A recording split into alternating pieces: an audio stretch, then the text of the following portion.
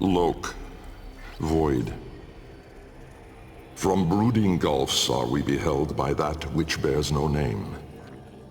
Its heralds are the stars it fells, the sky and earth aflame. Corporeal laws are unwrit as suns and love retreat. To cosmic madness, laws submit, though stalwart minds entreat.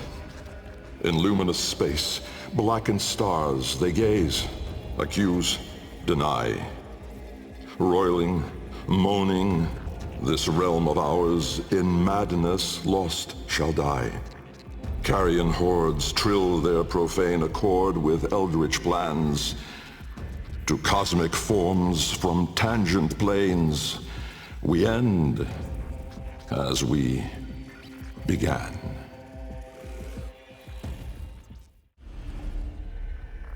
Netra. Decay. Time, to us, is all but conquered. Our sacred kuvar moves us on to new skin. We numb to our daily, yearly trifles, and remedy those memories that bring lasting misery. With all our misdeeds, our excess, our indignity, we are haunted by nothing. But not for me, for with each passing day, there grew within a tumorous idea. It was minute in those early days, the pale reaching digits severed on the floor, studied with reverence, with greed. And it swelled larger in the latter days. The regal domes, the rail dedications, the unholy Zariman parade. I had put the stars within reach, but at what cost? I never spoke of him, that man trapped in the wall. And while there have been countless souls who have followed me through with their light skippers and field wave skins and very-eyed instruments, not a single one ever saw him. Me. And so it is that I will not take the kuva now, or ever again. This is the last skin I'm in. Because of this idea, that I cannot be sure, that in all that smoked commotion, in all that panic and fear, in that bending light and blinding dark, was it I who escaped? Or the other?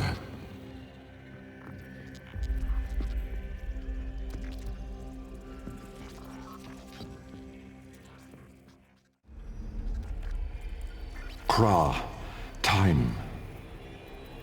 An old name, unspoken in the centuries since my mother reared me. A soft hiss, soothing as a viper's gaze. Little Bengal. The other me reached out, offering his hand, gliding toward me without moving, as though the distance between us was now collapsing. A confusion, most euphoric, filled my mind. With the shred of wit that remained, I decided that I should run for my life. At once, crazed and frantic, I fled. But I made no forward progress. Instead, the world compressed evermore around me, as though I were an anchor pulling the shore to reach. When I arrived at the door, or rather, the door arrived at me, I howled, hurling myself inside, out. And then and there I was, lost and unlost, howling on the floor in harmony with my wretched Kalimos, lacerated in flesh and heart, scattered as the bell glass, spilling blood and stomach on the cold stone floor. But I sensed the other there, at the wall's breach behind me, reaching still. I screamed, but my voice was gone. Forever. I looked, but my eyes would never see again. I swept my fist across the floor, snatching broken shards, and in gripping tightly, I filled my hands with ink. Close it, I wrote.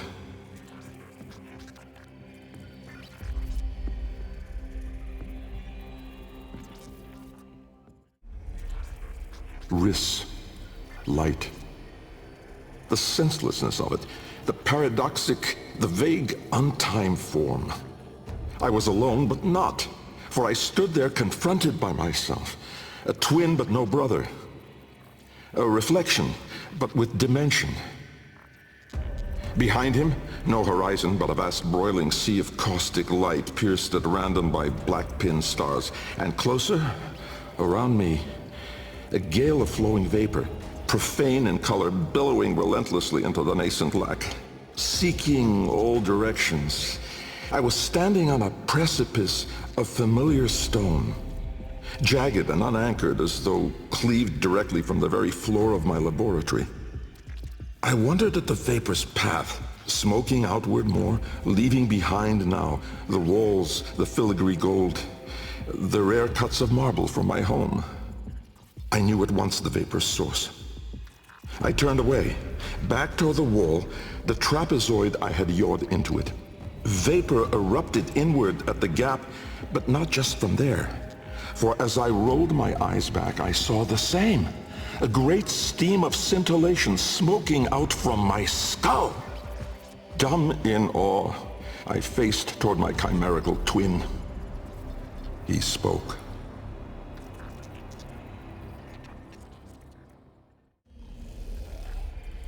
Fass. Chaos. Death was on me, I was certain. I was face down, eyes clenched, my heart pulsing the last of its seconds, and my lungs burning the last of its air. A sudden nostalgia gripped me. I grasped desperately for memory of a storm just past, the fumbling pitch of a child's song. Yet all these thoughts seemed to steal away from my mind like smoke through a vent. I would die empty. I then became aware of another sensation. Physical. A web of pain, needles itching into my arm. At once I realized I was alive. Laying in the bell's shattered seriglass, I groped the ground. Warm stone. The floor of my laboratory. So, I had never left. And so, I had failed. Again. I heard a crunch alongside me. Someone stepping through the shattered glass. With great shame, I gasped and rose my head to face my daughter above me. But as I opened my eyes, it wasn't her. It was me.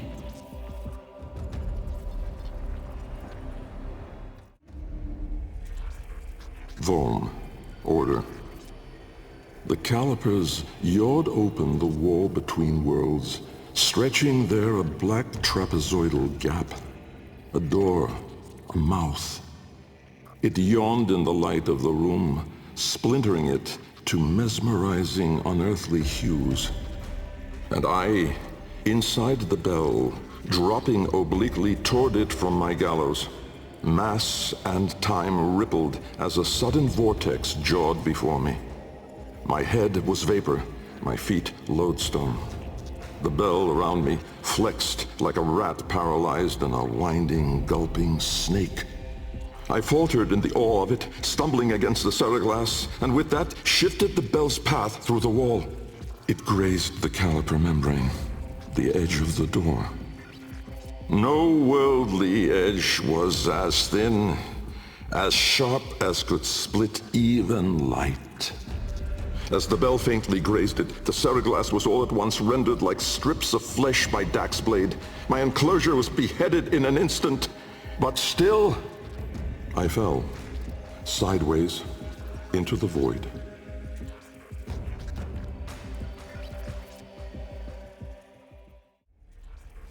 Jahu.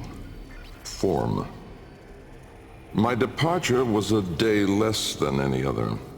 When I stepped inside the bell, I saw no crowd through its seriglass, no skeptical onlookers, no regal send-off. They all had given up on me and my paradoxical formulations. The wasted years had all shown the void to be just that. Nothing. No energy, no entanglement, no form. To spacefaring ambitions, a dead end. On the day, my laboratory was mostly vacant of witnesses, most of all of expectation. Only my sluggish attendants, my sagacious Kavat, Kalimos, and of course my daughter. I had raised her alone, but with inconsistent vigor. In those eyes, her mother's, I did see a terrible reflection of a man that did not exist. A brave and principled man about to make history. In truth, he was a void himself, an outcast, a joke, a nothing. Driven by my humiliation, failure had made me bitter and reckless. I would dive into the depths myself to prove them all wrong. I gave the signal. My daughter grasped the lever. Kalemos then belted out a desperate, rasping growl. But it was too late.